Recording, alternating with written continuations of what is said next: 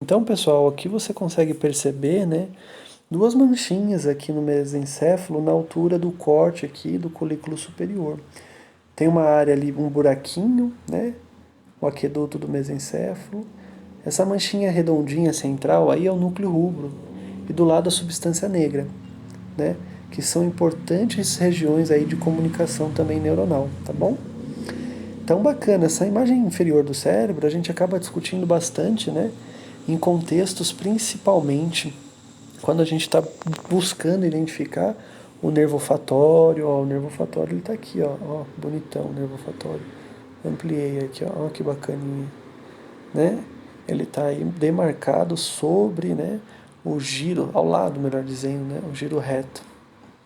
Aqui, ó, o nervo óptico, né, o nervo óptico, do ladinho aí, ele está medial à comissura, ou melhor, né, a substância perfurada anterior. Né? Aqui você já está identificando também a glândula hipófise, o corpo mamilar, os corpos mamilares, né? E também a substância perfurada posterior.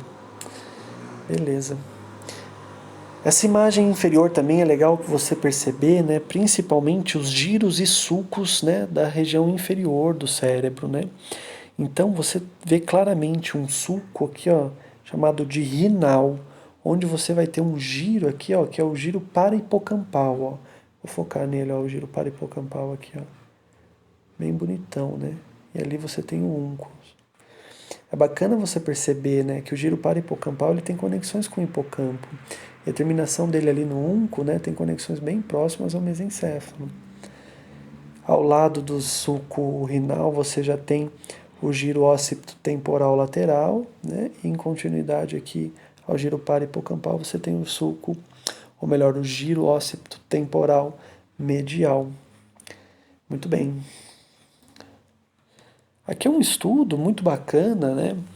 Onde verificou o efeito do exercício físico, né, sobre a neuroplasticidade, a memória espacial, né, e o aprendizado. E a gente sabe, né, que apesar da atividade física ser reconhecida como algo altamente benéfico, apenas recentemente, né, esse estudo é de 2016, é bem novo, né, apenas recentemente a neurociência passou a investigar de maneira bastante contínua os efeitos do exercício físico sobre a neuroplasticidade. E quais são os principais efeitos, né? Você tem um aumento da estimulação de neurônios que secretam glutamato e GABA, o que é altamente benéfico para a pessoa, porque o glutamato é um neurotransmissor envolvido principalmente com a modulação de outros neurotransmissores, né? E o GABA ele é muito importante principalmente para o controle motor, né? O refinamento do movimento, vamos dizer assim. O exercício físico aumenta bastante, né, a atividade de neurônios localizados no hipocampo, o que ocasiona memória e memória espacial melhorada também.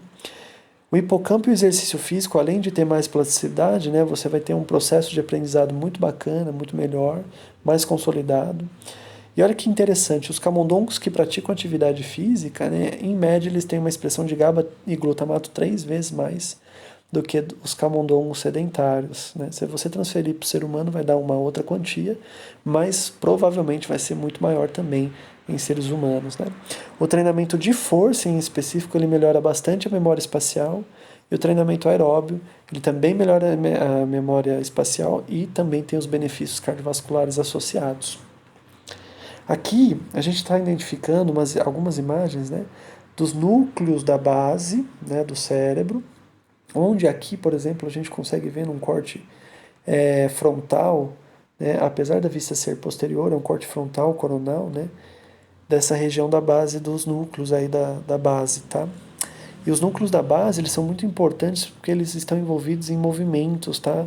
E esses movimentos, eles são refinados, né? E alguns sentimentos, né? Mecanismos aí de pensamento. Então, os núcleos da base a gente vai estudar em detalhes na próxima aula, tá, pessoal? Mas convém você observar que do lado desse buraquinho que você está vendo aí, ó, o ventrículo lateral, você tem a cabeça do núcleo caudado.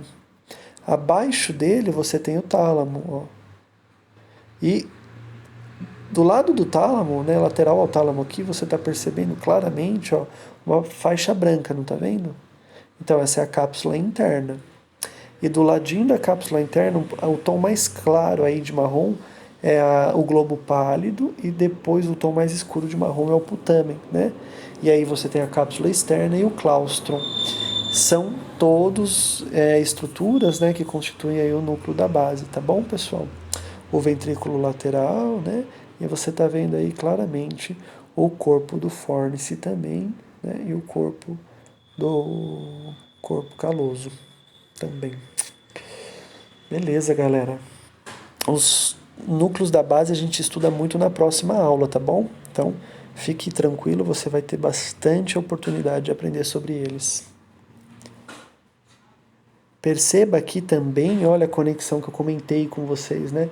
Entre o hipocampo, o fórnice e o corpo mamilar. Olha o hipocampo começando ali, as fímbrias dele, né? O pé do hipocampo, ele continua com o fórnice. Você tem a comissura do fórnice aqui, ó, que é essas fibras que conectam um braço ao outro, ó. E depois você vai ter o término do fórnice lá nos corpos amidaloides, né? Maravilha, pessoal. O córtex cerebral, então, é a camada de substância cinzenta do cérebro, tá? E ela é uma camada fina, né? Apesar de ela ser altamente funcional. Você vai perceber que ela é uma das partes mais importantes do sistema nervoso, porque ali chegam estímulos, né? E esses estímulos são oriundos de muitas vias, né?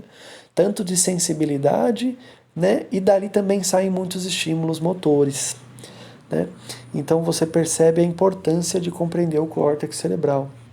Observe nessa imagem aqui, ó. Deixa eu voltar alguma. Essa aqui, ó.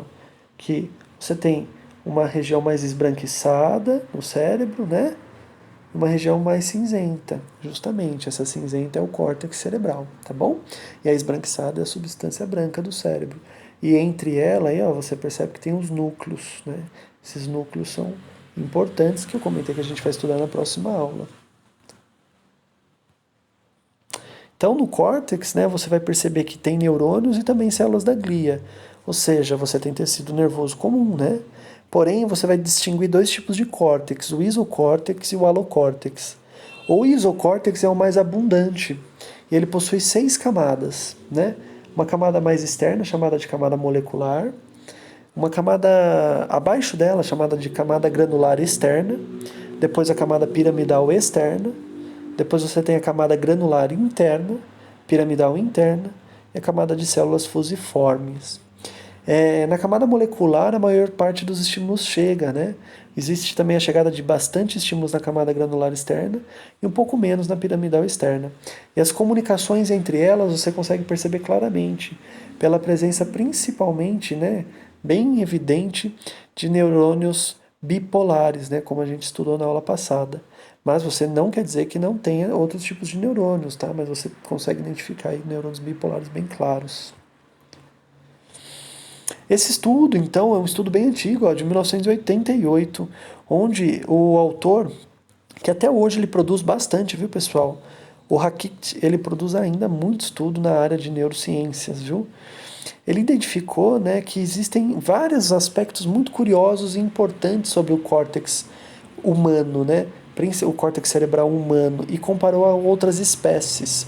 Eu não vou entrar em detalhes nesse estudo para o vídeo não ficar muito longo, mas eu recomendo que você dê uma olhada. E eu agradeço muito a sua atenção.